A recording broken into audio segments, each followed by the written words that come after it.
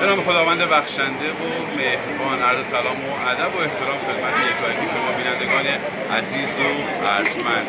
امروز 26 مرداد ماه سال 1403 و نهمین دوره مسابقات بازی‌های رایانه ویدئویی ایران و دومین دوره مسابقات بازی‌های رایانه استان البرز در محل تعاونی فرهنگ و هنر و مفاخر استان البرز در حال برگزاری. همونطور که ملاحظه می‌فرمایید و تصاویر رو خدمت شما تقدیم می‌کنیم، با حضور چشمگیر نوجوانان، جوانان، چون ماهیت سنی نداشته، همه اقشار استان البرز در اینجا حضور دارن و تصاویر رو میگیریم، خدمت تقدیم میکنیم. ببینیم چقدر مشتاقانه از این بازی ها استقبال کردن. توجه شما رو به گوشه ای از این مسابقات جلب کنم. ما همراه باشید.